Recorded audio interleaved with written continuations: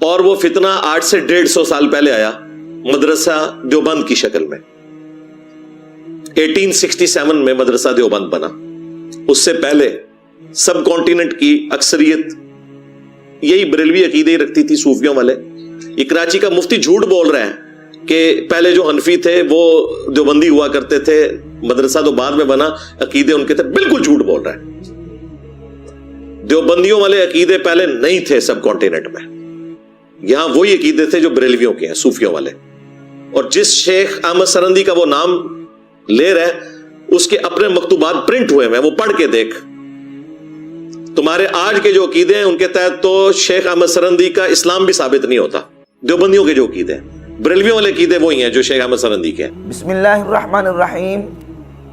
مرزا جلمی ویسے تو اہل سنت و جماعت بریلویوں کے خلاف کوئی موقع ہاتھ سے نہیں جانے دیتا، اور چاہے اسے جھوٹ کا سہارا ہی کیوں نہ لینا پڑ جائے، مرزا جلمی جھوٹ بول کے بھی اہل سنت و جماعت کے نوجوانوں کو اہل سنت و جماعت بریلویوں کے عقائد و نظریات سے متنفر کرنے کی کوشش کرتا ہے.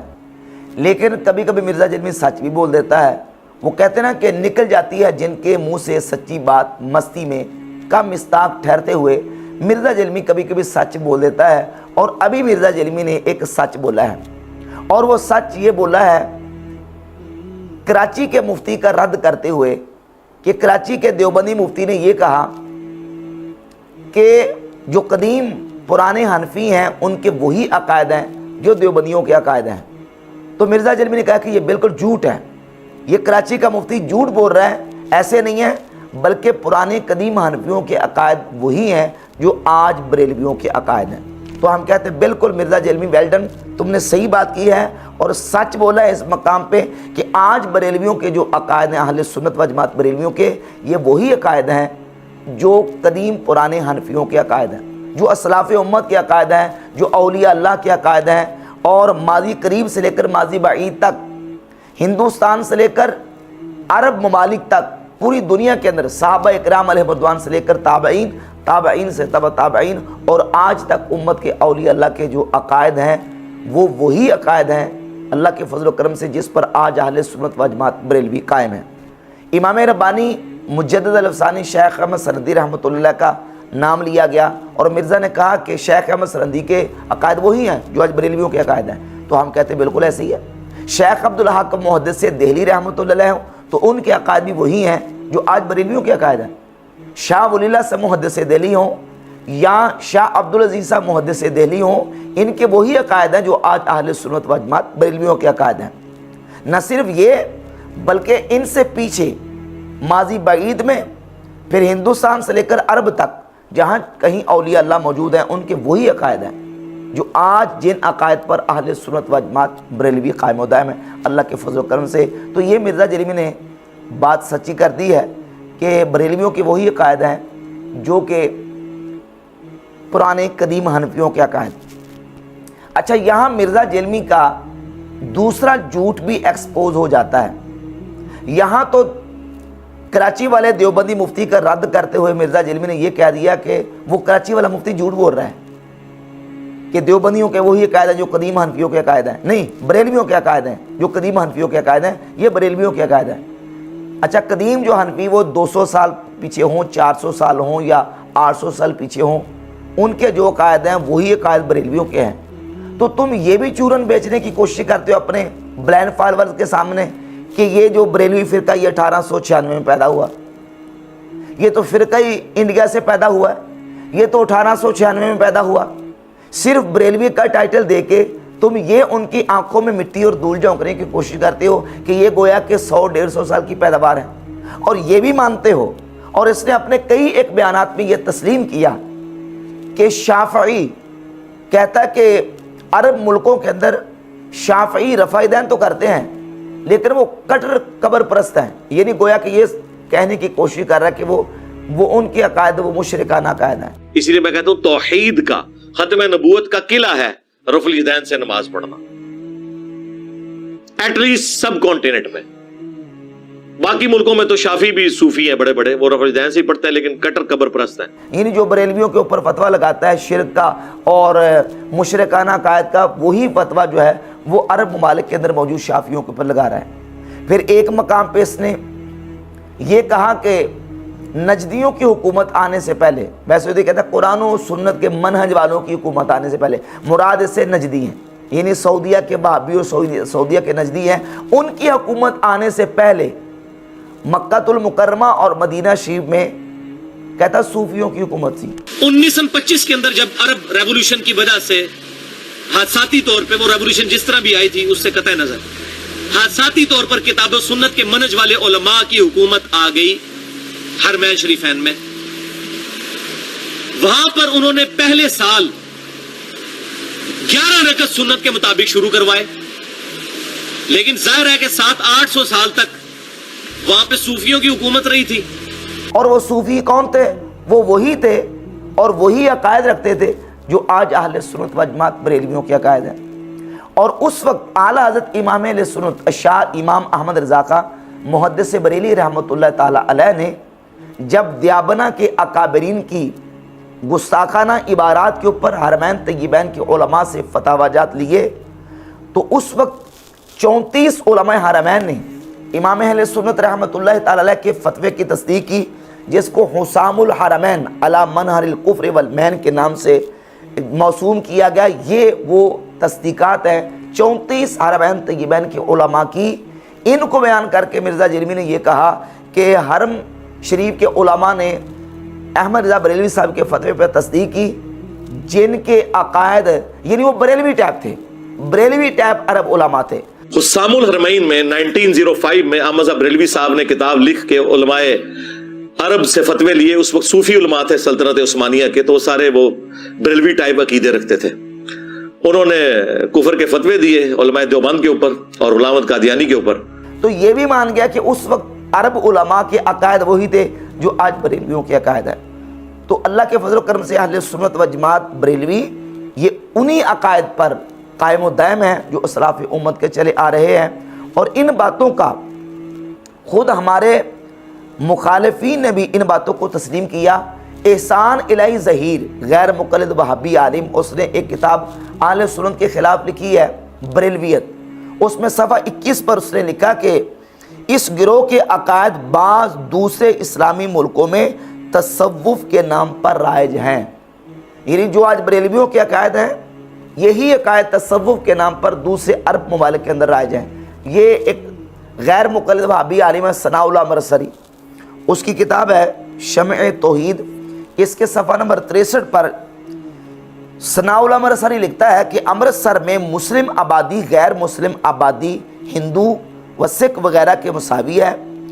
80 سال پہلے قریباً سب مسلمان اسی خیال کے تھے جن کو آج کل بریلوی حنفی کے نام سے پکارا جاتا ہے۔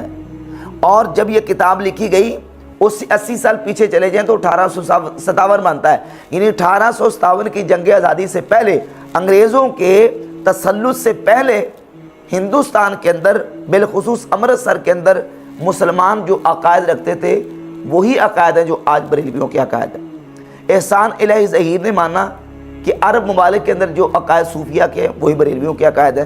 ثناء اللہ مرسری نے مانا کہ 80 سال پہلے جو عقائد تھے وہی عقائد بریلویوں کے عقائد ہیں۔ مرزا جیلمی بھی اپنے کئی ایک بیانات میں اس بات کو تسلیم کر گیا کہ بریلویوں کے وہی عقائد ہیں جو قدیم سے چلے آ رہے ہیں۔ اللہ کے فضل و کرم سے اہل سنت و جماعت بریلوی یہ وہی عقائد رکھتے ہیں جو اہل سنت والجماعہ کے تسلسل کے ساتھ عقائد و نظریات اسلاف امت کی تشریحات اور تعبیرات کی روشنی میں چلے آ رہے ہیں۔ اب دیوبندی بھی اپنے آپ کو حنفی کہتے ہیں، تو دیوبندیوں کے ساتھ پھر اختلاف ہمارا کیوں؟ وہ بھی اپنے آپ کو حنفی کہتے ہیں، ہم بھی اپنے آپ کو حنفی کہتے ہیں، اللہ کے فضل و کرم سے ہم حنفی ہیں، تو ان کے ساتھ اختلاف کیا ہے؟ تو بھئی ان کے ساتھ جو بنیادی اختلاف ہے ان کے اکابرین کی وہ گستاخانہ عبارات ہیں اور وہ خلاف اسلام عبارات ہیں جو جن کے اوپر علماء اہل سنت نے، چاہے وہ ہندوستان کے علماء اہل سنت ہو چاہے وہ عرب شریف کے علماء اہل سنت ہو، انہوں نے فتوے دیے کہ یہ گستاخانہ اور خلاف اسلام غیر اسلامی عبارات ہے۔ جب تک ان کے لکھنے والے ان گستاخانہ اور خلاف اسلام عبارات سے توبہ اور رجوع نہ کر لیں ان کے ساتھ کسی قسم کا تعلق جائز نہیں۔ اور وہ عبارت کون سی ہیں؟ ان میں سے ایک عبارت ہے مولوی اشرف علی تھانوی، جو کہ دیوبندیوں کے حکیم الامت جانے جاتے ہیں۔ اشرف علی تھانوی کی کتاب حفظ الایمان کے صفحہ 13 پر نبی پاک صلی اللہ علیہ وآلہ وسلم کے علم غیب کے حوالے سے اشرف علی تھانوی نے ایک عبارت لکھی جس میں نبی پاک صلی اللہ علیہ وآلہ وسلم کے علوم وافرہ کثیرہ کو، علوم غیبیہ کو جانوروں پاگلوں کے علم کے ساتھ تشبیہ دی۔ اشرف علی تھانوی نے حفظ الایمان کے صفحہ 13 پہ لکھا، پھر یہ کہ آپ کی ذات مقدسہ پر علم غیب کا حکم کیا جانا اگر بقول زید صحیح ہو تو دریافت طلب یہ امر ہے کہ اس غیب سے مراد بعض غیب ہے یا کل غیب؟ اگر بعض علوم غیبیہ مراد ہیں تو اس میں حضور ہی کی کیا تخصیص ہے؟ ایسا علم غیب تو زید و عمر بلکہ ہر سبی بچہ و مجنون پاگل بلکہ جمیع حیوانات و بہائم کے لیے بھی حاصل ہے، نعوذ باللہ تعالی۔ نبی پاک صلی اللہ علیہ وآلہ وسلم کے علوم وافرہ کثیرہ کو جانوروں پاگلوں کے علم کے ساتھ تشبیہ دے کے نبی پاک صلی اللہ علیہ وآلہ وسلم کے علوم غیبیہ شریفہ کی توہین اور گستاخی کی۔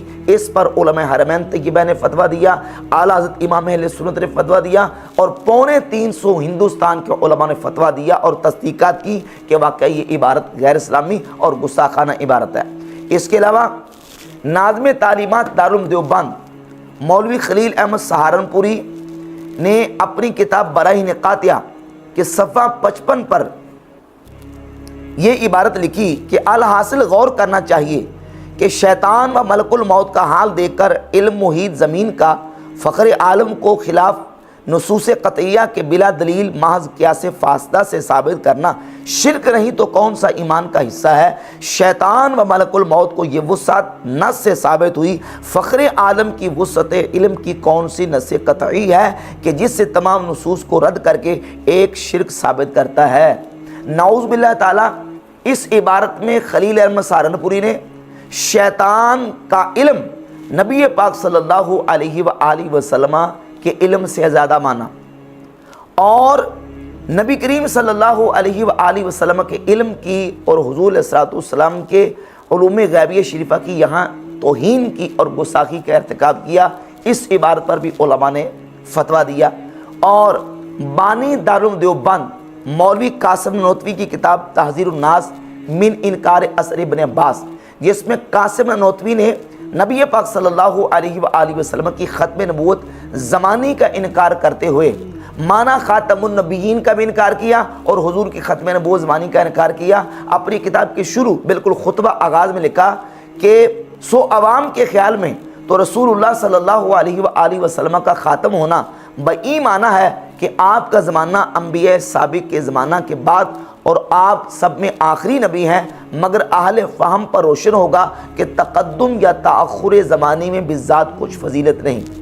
نعوذ باللہ کہا کہ خاتم النبیین کا معنی آخری نبی ہونا یہ عوام کا خیال ہے، اہل فہم سمجھتے ہیں کہ اس میں بالذات کچھ فضیلت نہیں۔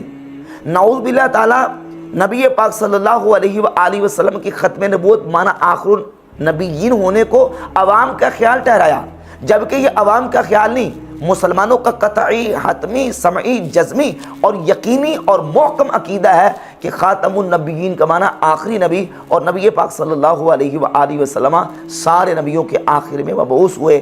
اب قاسم نانوتوی نے ختم نبوت کا معنی کا آخری نبی ہونے کا انکار کیا اور اس کو عوام کا خیال ٹھہرایا، نعوذ باللہ تعالی، جبکہ یہ مسلمانوں کا ایک قطعی عقیدہ ہے۔ اور صفحہ نمبر 65 پہ لکھا کہ بالفرض، بلکہ اگر بالفرض آپ کے زمانے میں بھی کہیں اور کوئی نبی ہو جب بھی آپ کا خاتم ہونا بدستور باقی رہتا ہے۔ اور پھر صفحہ نمبر 85 پہ آگے جا کے لکھا کہ بلکہ اگر بالفرض بعد زمانہ نبوی صلی اللہ علیہ وآلہ وسلم کوئی نبی پیدا ہو تو پھر بھی خاتمیت محمدی میں کچھ فرق نہ آئے گا۔ تو یہ ساری عبارات جو اکابرین دیوبند نے اپنی کتابوں میں لکھی، ان عبارات کے اوپر علماء عرب نے اور ہندوستان کے 350 علماء نے فتاوی جات اور تصدیقات ان کے اوپر لکھی کہ یقیناً یہ گستاخانہ اور کفریہ اور خلاف اسلام عبارات ہیں۔